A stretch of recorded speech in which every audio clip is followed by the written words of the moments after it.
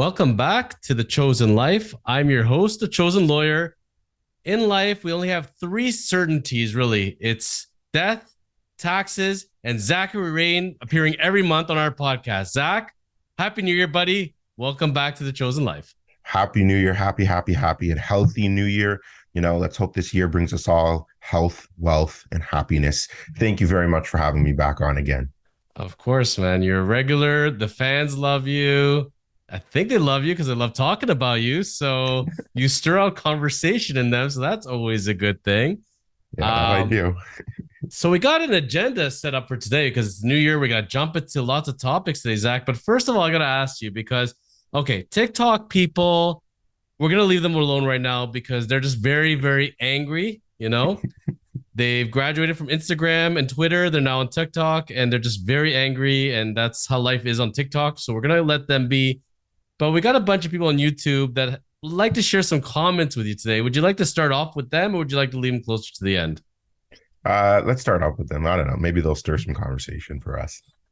And then we'll jump into today's agenda. We got a whole bunch of stuff to cover today, folks. You never know where we're going on The Chosen Life.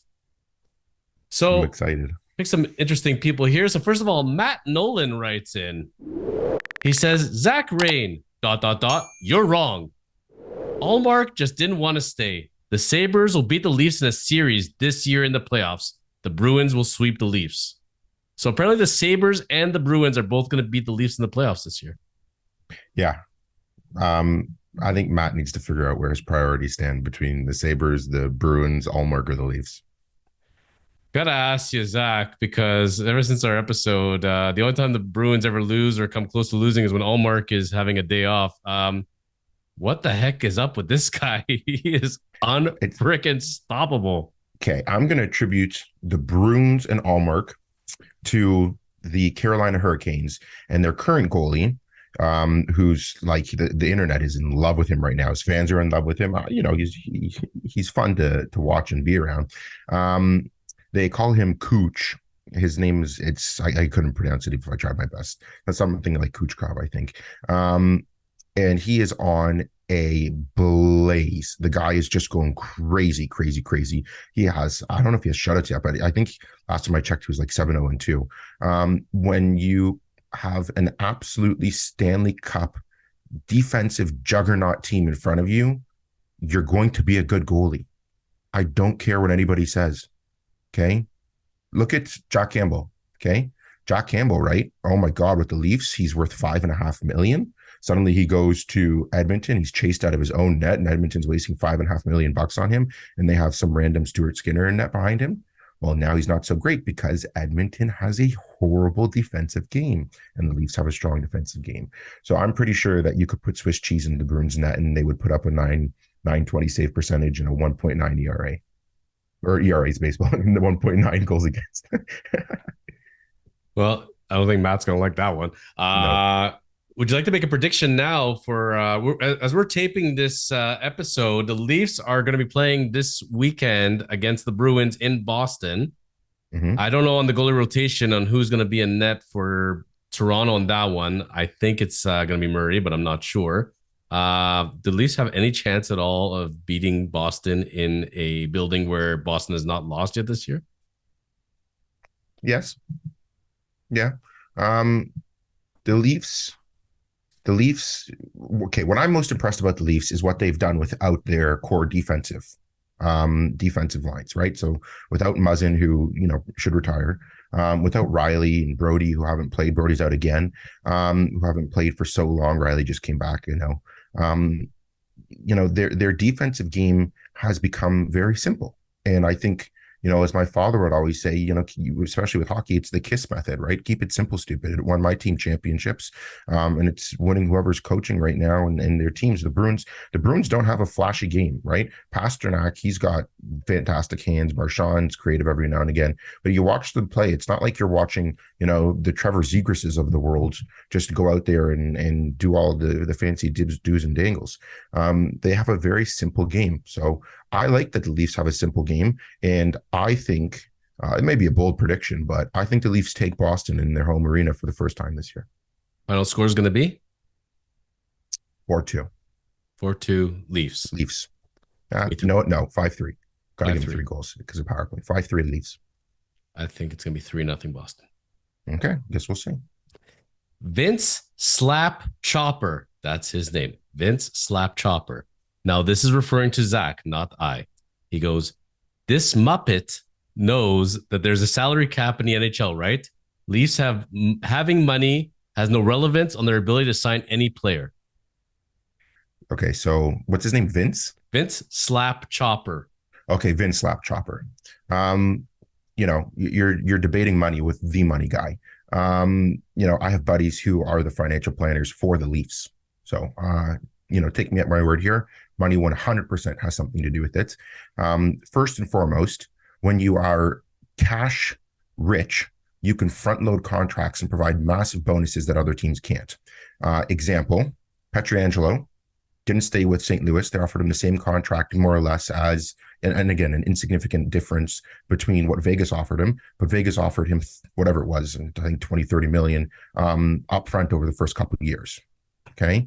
So when you're getting your money 5 years in advance and you could, I don't know, invest it with a good financial planner like myself, then yeah, you're making at least, I don't want to give numbers here, but you're making a significant spread.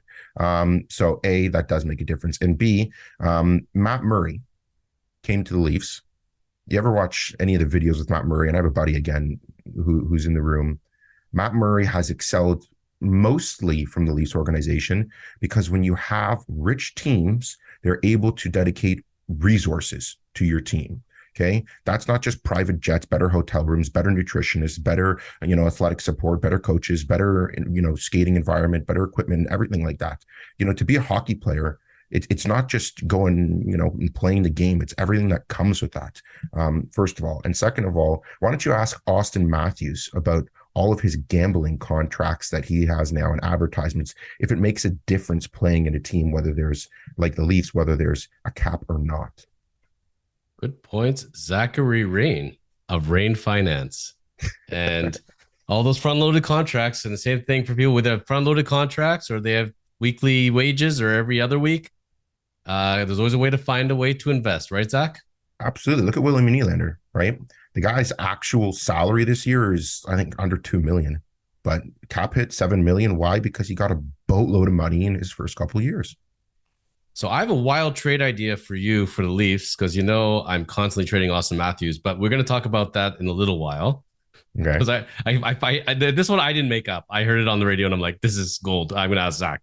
But what I will tell you is the same people on the radio did mention something, and I am now convinced Connor McDavid is going to become a Maple Leaf, because as Tavares' contract comes near an end, all that money is going to open up perfectly for Connor McDavid. So yes, it's going to happen. He's going to be a Leaf. I guarantee you. Done deal in 2026, I believe.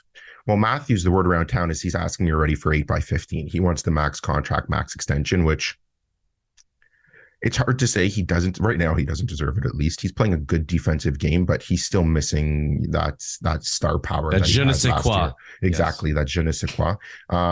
So it's hard to argue that he doesn't deserve that. I'd sooner hit him up with an 8x13 and give him $50 million in the first 3 years. But it's a hard thing. And Connor McDavid, he's not that type of guy. And you can see that he's learning playing for Edmonton. That you can't take all the money. Who was it? I just watched the Shaq documentary. The Shaq docu-series came out on Crave, 4-part series.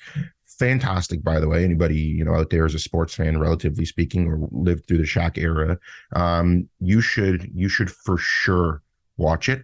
And in the series, the GM of the team, I can't remember which team he was on, he's basically went up to him and he said, listen, you want 125 million in 4 years. What I can do is give you 100 million in 5 years, and then I'll put a better team around you. And that's what they did. Lo and behold, who's holding the cup at the end of the year? The trophy, right? The championship trophy. It's Shaq. So, everybody knows you got to take team discounts. Crosby's done it. Malkin's done it. Even Kane and Taves semi did it. LA Kings did it in their prime. And the best example is Boston, where there's no tax advantages in Boston, not really. And they're all on team-friendly contracts. So, don't like to brag, Zach, but you gotta have some of my friends. But back in high school, I predicted that Shaq would be a star before he came to the NBA. And lo and behold, that was one of my great predictions. I see the same thing for Bronny James. Mark my words. Um, I believe you. the thing that I don't get in when we talk about money and sports, we've talked about this in a previous episode, but it still boggles my mind, Zach, how the bench player on an NBA team is making more than the star player in the NHL. And this whole salary cap and money distribution for the amount of work they put into it and how equivalent the sports are, really, it's skates, basketballs, etc. I'm blown away that I think NHL players are getting a raw deal here. And I think that we're going to see an expansion of the salary cap. I think they're going to get maybe into luxury taxes the way they do it in baseball. Something has to give because this is utterly ridiculous where teams are getting penalized for grooming players, bringing them all up at the same time. You got to pay them at the same time. And then you got to keep losing players every year, like Chicago, Leafs. This sucks, Zach. This has to stop. Well, I'll give you two or three good reasons as to why it is the way it is. Okay. First and foremost, how many Canadian teams are there in the MLB and in the NBA? One each, Zach. Okay. So there's one there, right? So let's say, I don't know, 2-3% of the teams, right? In the NHL, how many teams are there in Canadian teams? I think they all are, Zach. No, I'm joking, but Yeah, they're at least 30%, if I'm not mistaken. exactly. So imagine how hard it is to pay a conversion that's a 30, because don't forget, hockey players get paid in US cash, right?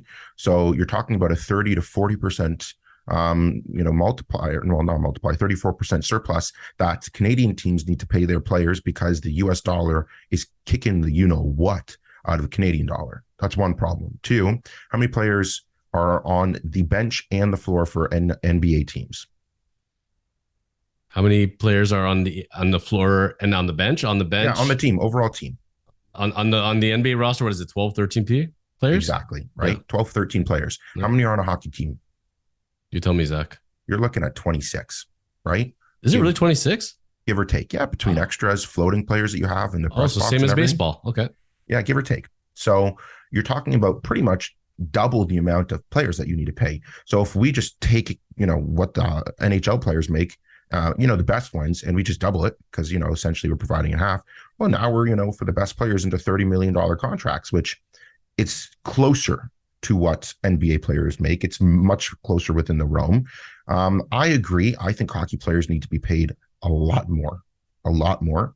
I think the NBA brings in a lot more American money than the NHL does. So I think it's understandable. And, if I had to look at their financials, which I'd be happy to do, I could provide more reasoning.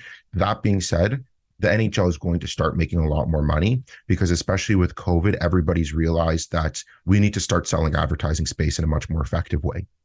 So, Like on um, jerseys? yeah, exactly. Jerseys, helmets, everything. Call chosen lawyer, guys. Um, every team Chosen is going. arena. Oh, that would be sick. That would be Rain amazing. Finance Arena. All right, there's another goal in mind. B33R, so it's technically supposed to say beer league, writes in. The Leafs have more money than anyone in the NHL? Question mark. Last time I checked, they have $0. Well, I think we covered that, but I think what they're alluding to at the end of the day is we're all under the same cap and we're all kind of screwed. So it's like, but we know we've talked about it in previous episodes as well, as far as putting guys on IR, and then all of a sudden mysteriously they're ready for the playoffs, and then being able to eat guys on injury reserve and being able to float money. There's so many tactics in the NHL. And different Zach, why are you tax. not a capologist? See, and in a different life, I was going to be. That is something that I was definitely interested in doing. But life took me in a different direction. Who knows? Maybe I still will be one day. But your different tax advantages too. It's those who think it's a level playing field because the cap is the same. You're not even close, guys. Okay. When we finish off these questions, I'm going to blow your mind in a couple minutes. And we're going to talk about why Canadian teams are even more disadvantaged in sports. Aleem Hazard writes in, he's going to the Islanders, in brackets, Patrick Kane. Yeah, I've heard that one. Patrick I Kane don't know. apparently is also needing some cleanup and some sort of Yeah. surgeries Uh, and stuff. we'll So we'll that's a see little who scary. Patrick Kane's going to because his trade value just absolutely dropped. Might be a good time to pick him up. And finally, T-A-A, whatever that means. Yeah, have T-Bay catch up after the Leafs were way ahead. These games are fixed for T-Bay and Boston to win, not the Leafs, since we're losing again to a team we should win. Great. Then we play T-Bay, great. After losing again, might as well go fishing early. Leafs stink and always will. Florida and T-Bay and Boston all win except US. Fix that way to lose. All in caps. Huh? Yeah, I know. You have to kind of read between the lines. Is Tampa Bay and is the game fixed for Tampa Bay and Boston to win? I 100% wholeheartedly agree. If do you remember when the Leafs, they just got $100,000 fine because they traveled the day after or the day before their unionized break was Yes. over, and the day that Sheldon Keefe got fined for $25,000, whatever it was, because Pocket change, Zach. yeah, well, exactly, right. We're talking about pennies. Anyways, the Sheldon Keefe was pissed off in that game because the Leafs got caught in a routine pick play that whoever they were playing that game, I can't remember, scored on. And I think Keefe had PTSD because that's why the Leafs lost in 7 games to Tampa on the same play that Justin Holl got penalized on when Tavares scored and the Leafs went up. So, to put it lightly, yes, they are 100% fixed. I agree wholeheartedly. And it's not a surprise because it's like I said, you go to a Leafs game and you fill the stadium versus going to a Boston game and you fill the stadium and you have everything in US dollars. It's not close. It'll never be close, not unless our Canadian economy, which I'm not going to get into right now, decides to wake up and our policy officials decide to start making better decisions. It'll never be close, and the US will always have that tactical advantage on us. Zach, you know they have the lottery and drafts in most leagues now? Yeah. Isn't it amazing how the ping pong ball fell for the Cleveland Cavaliers the year of LeBron James? Isn't that just amazing how that happens? It's all the time now. And when Marilyn Lemieux just took over the Penguins and they were in dire straits, all of a sudden they got the ball for Crosby. It's amazing how luck just happens to fall these ways, Zach. Yeah, I know. Wait till you see the Conor Bedard draft. Then we'll see which way he goes. Oh, we're going there, Zach, very, very Yeah. soon. Now, before we get to our big part about what's going on in sports leagues and everything else, with advantages and disadvantages for U.S. teams versus Canada teams, I got to ask you something as a money guy. Back in the day when I was in school, I used to argue in finance and economics classes that we need a North American currency. How do you feel about that, Zach? I feel that we pretty much have a North American currency as of now. It's all relative. Put it this way. First lesson I learned in economics was about opportunity cost. Second was scarcity. Third was relativity. I had a great economics teacher. Shout out to you, Miss Kadyshev. She hooked me on this concept of this. And again, it's very weird because for everybody, it was like talking another language. For me, it was English, and it was amazing.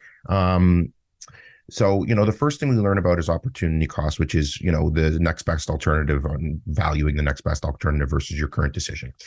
Then we learn about scarcity, which is just we have a limited amount of resources. Resources are finite. So what are we going to do and how are we going to allocate those limited amount of resources? And then the third was relativity, which, you hear the theory of relativity and you don't think about economics. But it's a concept I try to bring into my everyday practice, and it's interesting. If you consider the way that we live, what resources we have, how our dollar is used on an everyday basis, and then compare it to the American economy, we're nightshade. It's like night and day. We're completely far apart with respect to the size of the economy, the scope of the economy. But if you look at the everyday version of how we spend our money, we're actually pretty much parallel to the States. Okay. And again, that depends on who's in power at the time and political figures. But our dollar has, for the last, 10, 15 years, gone within that band of, and again, there's different exceptions, but on an average, gone within that band of 25 to, 30 cents less than less than the American dollar, which is pretty consistent. So relatively speaking, we're on a similar playing field. That being said, the average income in the United States, and again, this is relatively speaking, is less than what we pay. The cost of living for certain things like medical insurance is much higher than we pay. So if you look at the budget, and again, because I've been fortunate enough to do some cross-border planning, if you look at all things in its separate scope, they're not the same. But if you try and you take away the different factors here, exigent circumstances here, and you compare the two, we're really not that far off. Have you read this thing about a bill getting passed or looking to get passed where they're going to abolish income tax in the United States and abolish the IRS? I have not heard of that or seen that one. It looked actually legit. I was reading over, they're going to do a consumption tax versus an income tax and no longer have the IRS. If this is the case, Zach, we're moving to the States, brother. This Absolutely. sounds really good to me. They're never going to get rid of the IRS. Why would they get rid of the IRS? It's the largest money making opportunity for the government. The only people that could be talked about doing this is not even, because even the Republicans need it. The first thing I learned in politics in my first year, Poli Sci 101 or whatever it was called, was that people they absolutely they desire so much government control, which is so Reverse. backwards to me. Yes. But they desire government control, and I don't understand it. I understand the sheep, Zach. Well, I understand the safety and security aspect of it, but when it comes to the economy and everything, I'm a free market economy guy. That's the way I was taught in economics. That's the way that I ventured in my economic theory, which I did a lot of economic theory, guys. I'm more of a free market guy, but we just absolutely desire government controlling us so much for whatever reason. I can't get by it. So it'll never go away. It'll never, not to mention at the end of the day, a society with no control in it whatsoever is a society of pure anarchy. And we need some governmental control. We need police, military, things like that. Well, speaking of government control, Zach, to start the year, I was wishing a few of my close friends a happy new year. And I was speaking with our good friend of the show, Dan Milstein, super hockey agent to the Stars. You know him well, right? Mm-hmm. I forgot to ask him how Evander Kane is doing, but I'm sure Evander's doing well. Mm-hmm. So Dan and I were speaking. I was wishing Happy New Year's, wishing me a Happy New Year back. And he said to me, Jonathan, you are the chosen lawyer. And curiosity, a client looking to buy a property in Ontario and 25% foreign buyer tax, right? I said, absolutely. It's a 25% tax there, Dan, provided you're legally allowed to buy it, because starting January 1st, our wise Canadian government decided, and I'm being sarcastic, folks, decided that, okay, all these provinces are putting these foreign buyer taxes on. So we're going to do one up. We're just going to ban them all together with very few exceptions.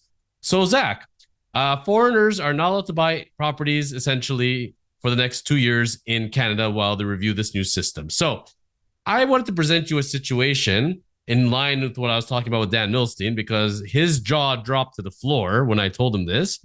And he proceeded to tweet and retweet my messages to him to tell the world this is obscene. So let's take, for example, a baseball example. So we have Chris Bassett. Chris Bassett signs with the Maple Leafs, with the Blue Jays, sorry. Blue Jays, yeah. And he was still Maple Leafs mindset, but he signed with the Blue Jays. And let's say Chris did not go buy a house in the year 2022. Okay, so he's not bought his house yet. He's excited. He's making, I think, 30 plus million a year, whatever he's making. He's a happy camper. He's doing really well, right? So he comes to you, Zach, and it's like, okay, one of the first things is, I'm going to go buy a cheap house, $5-7 million house. I have a 3-year contract here. I got my work permit. I'm all good to go. I want to put my kids in school here. I want to raise my family here. Chris Bassett cannot go buy his home right now because foreigners cannot buy homes in Canada. So, like, in order for a foreign worker to be able to purchase a property, they've had to have worked in Canada for 3 of the last 4 years and filed taxes for the last 3 to 4 years. Explain to me how we're supposed to attract top talent in any industry, especially sports, when people are committing with their contracts, they got their work permits, but yet they're not allowed to spend the money, pay the taxes, and invest in our country. Does that make any sense to you, Zachary Ring? It doesn't make sense to me. It does and it doesn't. Okay. There is a problem with foreign buyers purchasing property in Canada. It is it is absolutely inflating the price of our real estate. Anybody who denies that needs to take a better look. Is it going to help attract top talent, celebrities, whatever you want to call them? No. That being said, what you'll find is a lot of athletes on short-term contracts are living with other athlete friends that they have on their team, or they're living in properties that are owned by the company with which they're employed. So I know the Leafs do it. The Leafs have condos downtown, and they put up their players there in for short-term contracts. If Bassett decides he wants to stay longer, then that's something he's going to have to work on. That being said, there are ways around it. It takes a brilliant lawyer like yourself to figure it out. But there are ways you can get around it if you're motivated enough and have enough money. That being said, if I'm Bassett and I have $30 million American money, why would I want to purchase real estate in the most inflated area, one of the most inflated areas in the world? Because he likes the thought of owning his own home while he's working and living here. Well, too bad. It's find an expensive lawyer. It's funny because they also put these extreme fines on this. If a lawyer is caught aiding and abetting a foreign buyer to buy a property, it's a $10,000 fine, Zach. Yeah. Yes. I don't know. I think it is necessary. Justin. Listen, Justin's got a lot to answer for. A lot. This is one of them. I think that, you're targeting the wrong area. You're putting in the wrong policy. And I say targeting the wrong area with respect to foreign buyers. 25% of real estate in Toronto is owned by domestic real estate investors, right? Like that's one of every 4 places is being rented out, probably by someone who is relatively to very wealthy. I think maybe we should take a look at that. But I think we should take a look at our overall economy and the fact that over our last, 7 years, that pricing of housing is inflated at a rate faster than ever before in the history of Canada. But I'm not going to get too far into that. If you're not going to let investors buy real estate to invest in, you're going to see a mass exodus of money and investors. Mark my words. I don't see that happening, but you know what? No, I don't see it happening. I already see it though. I have clients. I have a client who just bought an apartment building in Arizona. I think it was Arizona. Ooh. Yeah, 100 units. Beautiful. Got a pool and everything. It's gorgeous. The amount of money he's going to make on this thing, especially in US.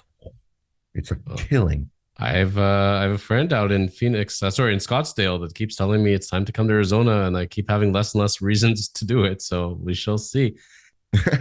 So people living in Canada, United States, wherever in the world right now, we're all suffering pretty much from the same affliction, which is called interest rates, fear of recession. Zach, people are, I don't want to say freaking out, but they're worried. And they're saying, what do I do with my money now? What's going to happen?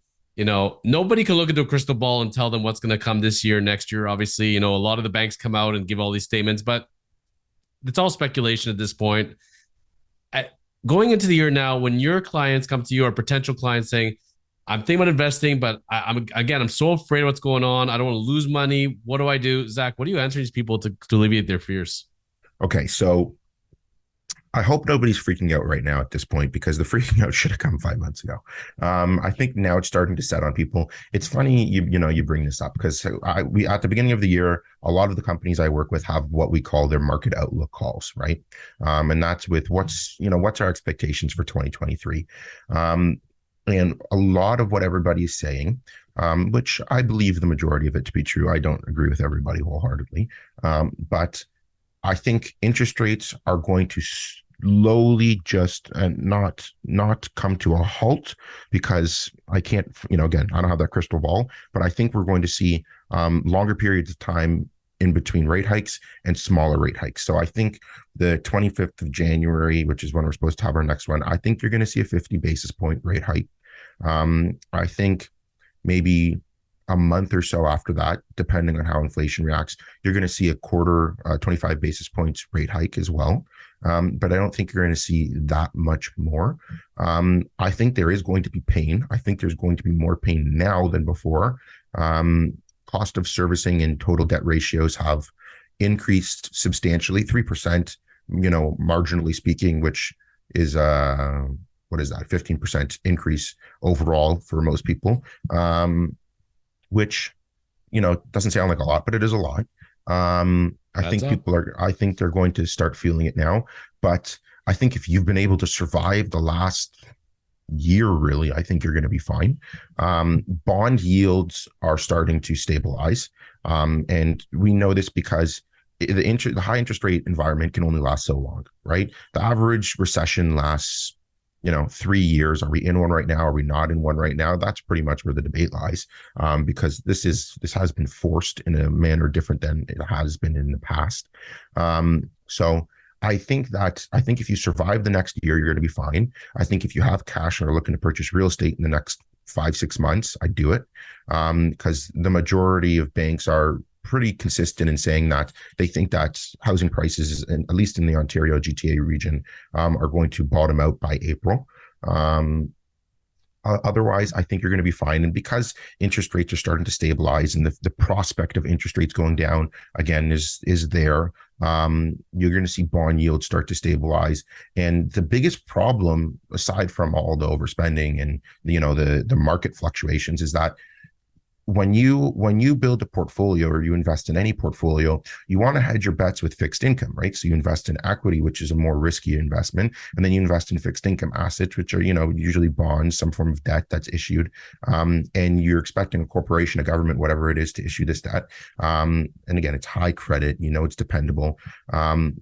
Everybody was expecting those bonds to hold their value and pay their value in a manner that they just haven't, right? It was an all down market. Equities went down, bond yields went down, or bond returns went down, everything went down. So what you're going to start seeing now is bond yields increase, stabilize, and return to how they should be. The market may not be great, but bond yields should be better, especially because of the high interest rate and more stable interest rate environment that we're seeing. Is it time to buy or sell off on Tesla? On Tesla? Yes. Tesla's a whole other story, man. I was so hot on Tesla, but there's such a shortage for these lithium batteries and a lot of environmentalists, which, someone like me who thought mining for lithium batteries was better for the environment. A lot of people now, and again, we got to stay informed, maybe not before we were, but now we are. A lot of them are saying it's worse for the environment. And it's better that we just continue the way we're going, or at least find a better alternative, rather than spending exorbitant amounts of money buying new cars, manufacturing new batteries that are hurting our environment. So I don't know which direction Tesla is going to go in. I know that it's really affecting their share price right now because the responsible for your environment and again social governance, the ESG investors are really starting to gain traction. So an example of because for the passive or non-investor, people like to watch these companies, Zach, and watch what's going on with their stocks, and they get very interested, And I'm going to combine now your love of stocks and my love of wrestling. So a classic example, you got WWE and what's going on over there. The chairman of the board was out for allegations of all sorts. And all of a sudden, he comes back into the picture, says, because I'm the leading shareholder, so I can do this. And I'm going to go back on the board and I'm going to fire off 2 other people, bring on my board people for the sole purpose of bringing this company for sale. The second he does this, the stock goes up by over 20%. Is this a nice media finagling, or is he actually serious, you think? It's quite interesting how people know what statements they can give and they can inflate share prices in an instant, eh, Zach? It's a problem. And it's the reason that our markets are acting like teeter-totters over the last few years, right? People believe everything that they hear and they shouldn't. Remember the sheep theory, Zach? They shouldn't believe everything they hear. And the problem with that is that they're event-based investors, which isn't always a bad thing. I started off as an event-based investor, and I made some good money doing it. But you have to start looking at the underlying facts. Their cash flow statements, their balance sheets, what kind of investments they're making back into the company. I could see value into why they would sell WWE now, but it's not happening. Vince McMahon will, as in the wrestling fan in me, Vince McMahon will die with his share of WWE. Well, the rumor is like this. So you got the Saudis where they formed their own golf league and they're paying people hundreds of millions of dollars, right? Yeah, So he sells it to the Saudis for billions of dollars, but as part of the condition, he has to get creative control back. So he gets his cake and eats it too. That would be hilarious. too good to be true. Yeah. Enjoy. So what also wasn't too good, was too good to be true, was the World Junior Championships in hockey, Zach. And I can tell you, sitting there at Joey's in Yorkdale, Toronto, Ontario, Canada, the place went bonkers. There was one TV showing the Maple Leaf game and 30 showing the World Junior Championships. This was a big ticket. Holy crap, that was a good game. Zach, I know you watched it. Tell us your reactions, please. Yeah, I know. Okay, so the World Juniors, I think I said this in a previous podcast. The World Juniors we watch religiously in my house. I like the idea of watching the future of hockey and seeing, where it goes and what kind of predictions we can make. I don't know. It's like a bet for me almost. I watched Bedard play a few months ago, and then I've seen Conor Bedard, highlights. folks. Yes, Conor Bedard, another Conor who's going to change the game. I watched him play years ago as a kid, and I watched him play, now as I don't want to say young adult. He's in his late teens. The kid is magnificent. You'll hear anybody you speak to will say that he's one of the hardest working people in the room. The guy is laser focused. He is not satisfied until he has the ultimate achievement, which is the championship of whatever game he's playing. It's like watching him come out of the semifinals. Everybody's crazy. He scored the amazing goal. He just walks out like, I got business, buddy. Like it doesn't matter. We're winning the championship. Gold is what I'm here for, not crazy goals. I think he is just absolutely talented. I think he has the vision of Marner, the shot of Matthews, and the edge work of Crosby. Do I think he'll be better than any of those people? I don't know. He's definitely not going to be better than Crosby. That was going to be my question, Zach. I wanted to know if he's going to be better than Crosby. In my eyes, Crosby's top 5 ever. And I can't predict that a 17-year-old is going to be better. Listen, I watched Connor McDavid play. Guy's got all the skill in the world. I think he's an absolutely fantastically skilled hockey player. I still don't think he's the best player in the NHL. So, I see all the skill in the world in Conor Bedard, and there is, you watch this guy play. He's able to do, spread eagles when he's switching directions, which if any figure skater will tell you, like, you got to be very skilled skater in order to do that. Who's drafting Conor Bedard? Oh yeah, let's see, whoever Gary Bettman decides. Who do you think are like the top 3 candidates that are going to tank out? Is it going to be Arizona, Chicago? What are you seeing? I think it'll be to whoever's the highest bidder. At the end of the day, it's always about money. I always thought it was Chicago until a good argument came out about Chicago having a lot of corporate problems with, all the different allegations that come out against them over the last couple of years. So I thought it was going to be Chicago.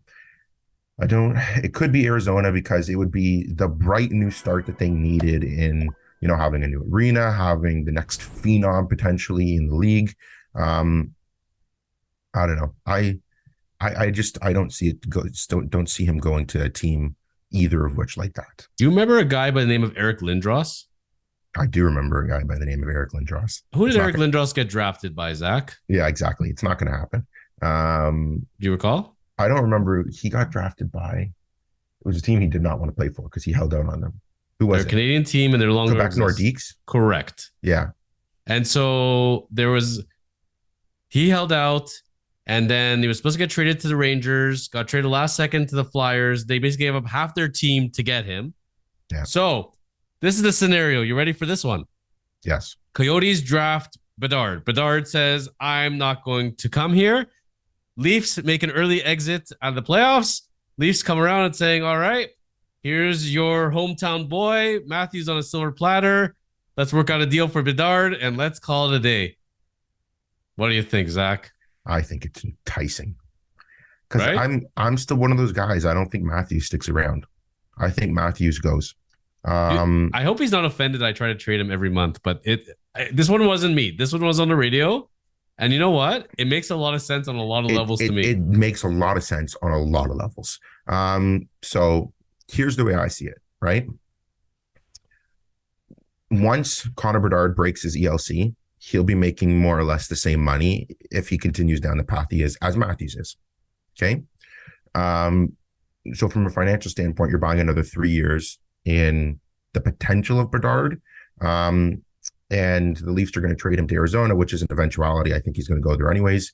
And Arizona gets him their perennial superstar. Matthews is going to be one of the best players in the league for a very long time. That's not going to change. He's got the skill, the size, the speed, and the defensive composure that you need to have in a top 3 centerman in the NHL. So I don't think it's entirely impossible. I think it would blow the hockey world up. Not to mention, I think it would be a PR nightmare for the Leafs and whoever GM makes that decision. 1,000%. And I see at the end of the day, the fight to tank is going to be on in the second half. It's going to be unreal. And we'll see who gets Bedard. I think he will end up going wherever he goes, but it'll be interesting to watch, certainly. His teammate, I got to ask you about him because I'm really perplexed here because I don't understand. Because I'm watching in the World Junior Championships and Shane Wright looks everything as a freaking stud player. And I go and look at his numbers on the Kraken and he was terrible. So he goes back to the OHL and now he got traded from Kingston to Windsor for 1,000 different draft picks. What the heck goes on? Like, he's only going to be there 1 year, basically, right, Zach? Because he's going to end up going back to Seattle next year. What is the point of an OHL team giving up like 10 draft picks between the 3rd and 7th rounds? And what gives here? Explain us this logic, please. OHL teams are hard for money. It's not like NHL teams where even the worst of teams are making a good chunk of change. OHL teams aren't. I have a buddy who manages or who used to used to manage an OHL team, and it's a completely different world. So a lot of what they do is to bring in dollars now. Shane Wright, I've watched Shane Wright for maybe 10 years. Okay. Shane Wright played in the GTHL. I often was at the arena when their games were going on. We have family friends who were on the team with him. And because, Shane Wright was a child phenom as well, it was easy to go to the arena and watch him and that team play. And that team that he played on, granted, had Othman and Clark on it as well. They were one of the dream teams, if there's ever been one within the G, as long as I've been alive. And, my father and I, we went to the arena, we sat in this game, and it was our first time watching him play. And we were expecting Conor Bedard. That's what we were expecting. And he wasn't. He had a second gear, which if you watched him long enough and you paid attention close enough, you would see that he would go from absolutely just pacing around, not really doing much, to just floating out there. And we saw it. Like, you would see this kid, he'd be just like everyone else on the ice. Next thing you know, puck comes near him, boom, he's off. Okay. And you usually put the puck in the net. My concern, and same was my father's, was why isn't that second gear almost always on? Right. There's obviously a need to play on the defensive side of the puck, play in a more conservative manner to make sure that you're playing your position. And it is a team sport after all. But if you have that game changing ability, why wasn't he using it more often? So it's something my father and I always questioned whenever we watched him play. Why isn't he doing this 24/7? And when we started the World Juniors last year, and then this year again, I should say last tournament and this tournament again, it was a concern of ours because he wasn't. He didn't have that game breaker ability, or at least he didn't show he had that game breaker ability to start. And it was concerning for us because, Shane Wright, we've seen him with the game breaker abilities. We've watched him play and seen him and go, oh yeah, no, like the kid's fantastic. And then finally, whoever said something to him in the second period, just between the information of the first and second period of the semifinal game, finally he went off, which is what he needed to do. He was back checking crazy. He was stripping pucks. His stick work was fantastic. His defensive game was amazing. He would be creating great opportunities. He used his body. His positioning everything was was how he should be playing 24/7. And in that final games, it was a pleasure. My brothers, again, we watched, my dad, we would sit there and we'd go, this is the Shane Wright that we should see, that the same Shane Wright that will have no problem making the Seattle Kraken team. But for whatever reason, that Shane Wright isn't there all the time. So I think that that's what they're sending him to the OHL for. Let him build up some confidence. Let him get a whole whack of goals. Let him figure out how to turn that switch on more often, and he'll be in the NHL. I don't doubt it. Who's the NHL Iron Man again, Zach? Phil Kessel. Phil Kessel. I felt like you were just describing Phil Kessel for some reason. Is that me or it's listen, I love Phil Kessel. I love watching Phil Kessel play because he also has you that and Phil Kessel speed. both, yes. Yeah, I know, right? No, he has that second speed just like Phil Kessel does. He's got a lot more skill than Phil Kessel does. And I think he's much better defensively than Phil Kessel is. But he has that too. I remember it like it was yesterday. The kid got the puck on the left wing at Buckingham Palace, now Scotiabank Arena, and Downsview near Downsview station. It's at Shepherd and Dufferin, if you know what I'm talking about. I was sitting there in the stands. He turned the jets on. Next thing you know, blew by the defenseman, fake one way, fake the other, roofed it, done. Goal. It wasn't even close. So I know he can do it. We know he can do it. It's just a matter of him actually doing it. Well, we're praying for you, Shane, right? Another team that we're going to be praying for heavily was, can you hold up that cup again for a sec? So we were very quick to plan our parade, and I don't know, Zach. December was not that kind, and January now. The Leafs are going back to being very maddeningly inconsistent. And I feel like Boston Bruins fans can now start planning the parade fairly safely. I don't even know why we're going to finish off the season. We might as well just give the Bruins the cup now. Zach, what's going on with these Leafs? Why are they so great for some games? And I was turning on the St. Louis game the other day, and I'm looking at the score, and I'm like, are they doing a replay of the St. Louis game from last week? No, it was again. What is 6-5 losses? Zach, what is going on? So, with the hardest position to play in the world is goalie, they're the easiest player to blame. Okay, Matt Murray and Samsonov have been so freaking good for Toronto that people forget that they're actually humans. Okay. So they were brought down to earth for a little bit. But what I attribute it most to is the Leafs' defensive pairings. I don't think they complement one another. I still don't like Morgan Rielly as a defenseman. I told you that the first time I came on the show. He's a glorified left winger. He is a defensive liability if I've ever seen one, as a coach, as a fan, as a player myself. So he drives me nuts on a good day. I don't think that they have the pairings that they need. I think that the Swedes playing together, Liljegren and Sandin, was going well, and Sandin gets hurt. And then, Giordano and Hole got traction. And then, Brody comes back in, and then Rielly comes back in. And then we have Conor Timmins, who's doing a great job. Why is he not playing more? So I think that there's just so much inconsistency on the defensive side. It's not helping. And I think that our third and fourth lines, while they are really, really strong defensively, they need to put the freaking puck in the net every now and again. Okay. You play a team like St. Louis and you play a Selke nominee, as far as I'm concerned, every year, no matter how bad of a year he's having, in Ryan O'Reilly, right? And he's going to shut down the Austin Matthews of the world. So shut down the Connor McDavids of the world.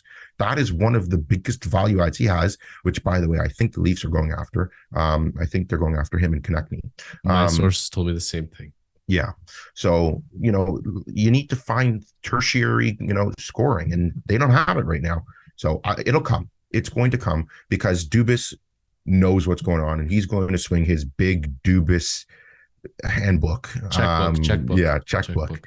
Around, and he's going to find a way to do it. Well, Dubas better swing in that big checkbook pretty soon, because I can tell you, watching the amount of Leaf games I have, there's one guy that's been sticking out to me every game pretty much consistently, and that is Bunting. That guy's a lot of fun to watch, Zach. We need to sign him immediately to an extension. He is going to be signed immediately to an extension. Immediately. Right now. I have no question in the world that that's going to happen sooner rather than later.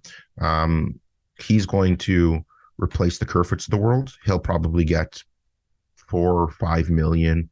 4.5. Let's give him 4.5. Yeah, I think somewhere around there, and he'll get a 6-year deal out of it or something like that because he's still on the older side compared to most rookies signing long-term contracts. But he'll get, I think, maybe 4 by 5, 4 by 6. What a great pickup he was, honestly. Like just and you know what? A lot of these under the radar moves, and you know what? They really pan out. And I read an article on that just recently too, that the with the little that they have in cap space, relatively speaking, they do make good decisions, the Leafs. So it's going to happen. It's a matter of time. Robertson is as good as gone in my eyes. Agreed. I think that a couple of Leafs goalies are as good as gone too. And I don't mean Samsonov and Murray. I'm talking lower down the prospect pool. Not the Berlin Wall. Not the Berlin Wall. Why? Who's the Berlin Wall? Joseph Wall. Oh God. He has 8 straight wins in the minors, Zach. Trade him right now, please. Trade him while he's hot. So I think that they're going to be gone. We're going to lose a defenseman or two as well. The Leafs, now is the time to win. Matthews isn't coming back, and McDavid isn't a sure bet to come here. So we need to win. So I think we can agree that out of all the years, and I've been around this team my whole life, if there's ever been a year, Zach, this is the year to do it. You have to. So tell me now, what pieces do they need to pick up at this point, do you feel, that's going to put them over the top? They need a left wing to play with either Austin Matthews or Tavares, whoever they choose. Consistently, they should do it sooner rather than later. Waiting at the deadline is a waste of time. It needs to be a physical presence, somebody who can finish the game or finish the playoff. So someone who can seriously put the puck in the net still, and is defensively strong. You see that in Konechny. You see that in Riley. That's why they're looking there. And the Leafs, by God, need a solid defenseman, somebody who's not 5'9". We need to get a 6'4" defenseman who will eat pucks and beat the hell out of who's in front of our net. What is Zdeno Chara up to right now, Zach? Oh God, what a dream! No, the Leafs aren't getting him. The closest they're getting to him, I think, is Mayfield on the Islanders, but I don't know. They got to get rid of Hole. Hole's playing well at Giordano, but he's still 6'3", 4", useless. So get rid of him. He's got a good contract, 2 years for getting nothing out of him. The other joke, if as we're starting to wrap up today's episode, I was looking at the initial All-Star game rosters, and we can make a whole episode on this, but Zach, you know what? I used to be a big believer in having each team represented. Leon Draisaitl not on an All-Star team, give me a freaking break. There's a lot of snubs. He's one of them. I don't like Draisaitl on a good day, but he deserves to be there. There's a few of them who shouldn't be there. I like the idea that we can kind of fan vote them in. Obviously I've been doing my 10 fan votes a day because I'm a little crazy. But I like the idea that the fans have more of a say in this. I don't know what they're doing with captains, and I believe that one person from every team should be represented there, because at the end of the day, even the players on the worst teams deserve a chance, in the sense that they're not getting the light shined upon them like Draisaitl is in playing with Connor McDavid's of the world. So make 40-man rosters for these All-Star games, whatever. You know what? No, do it. I'm all for it. Absolutely. So as we wrap up today's episode, Zach, I got to give you want a good joke? Yeah. Okay. So I get a message from a friend of mine, and he's from the UK originally. Now he's living in Canada, and he's a big soccer fan, and he's decided to start up a soccer podcast. And he says to me, I would love to have you come on as a cross marketing with my soccer podcast. And I said, wonderful, because I love sports. I follow every single sport but soccer. And I started to list them off. I could talk to you about every other sport I watch and why it's better than soccer, being basketball, hockey, football, baseball, darts, tennis, pickleball, tiddlywinks, backgammon, whatever you'd like. And so he's like, wow, okay, I think we should have some fun with this. So, Zach, am I off base here that all these sports are better than soccer? What am I missing? No, I think you missed a few sports that are still better than soccer. I'm not a soccer guy. I never have been. I think that there are great athletes who play in soccer, but I don't think it's a great sport. You ever watch that Simpsons episode where they had soccer come to Springfield and they're all excited for the game, and then they're watching and they're like, the center passes to the winger, back to the center, back to the wing, back to the center, and the ball just going crisscross, and everybody's just standing there, nothing's happening. That's the way I see soccer, Zach. Yeah, I know it's mind numbing sometimes. There are exciting moments. There are some very skilled soccer players. I think to be able to run up and down the pitch all day, you have to be an athletic specimen. I will not deny that. What's a pitch, Zach? Yeah, I think the field. Okay. Yes. Sorry, I have a friend from the UK, and we've been talking more. Blimey. Yeah, exactly. But you have to be an athlete. But I'll tell you the same thing I tell him. As far as a skill or multiple skills that you have to have in order to play one sport, soccer is not up there.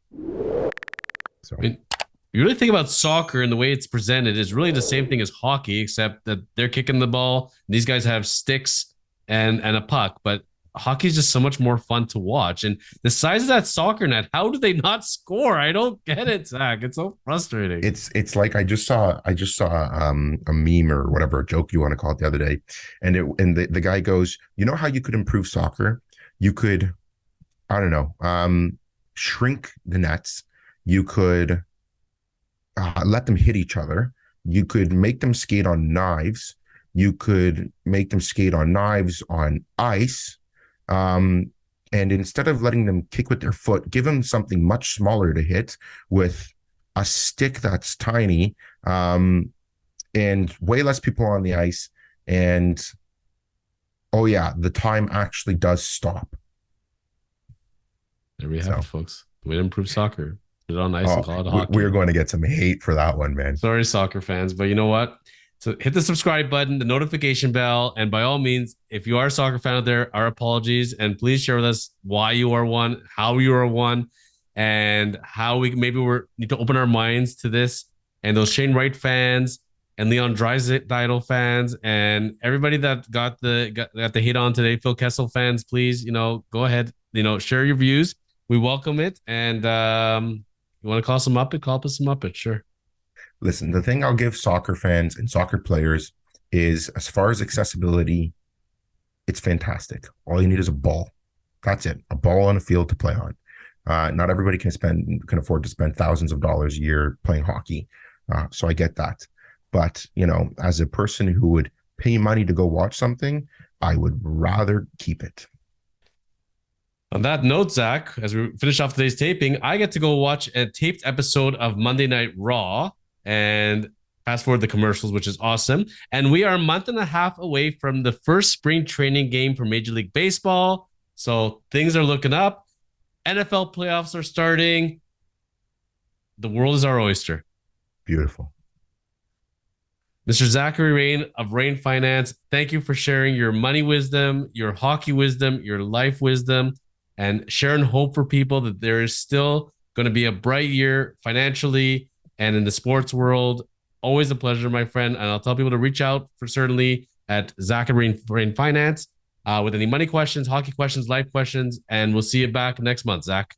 Thank you so much for having me, John, the chosen lawyer, partner at Kormans LLP for all of your legal real estate corporate transaction needs. Thank you very much for having me. It is always a blast.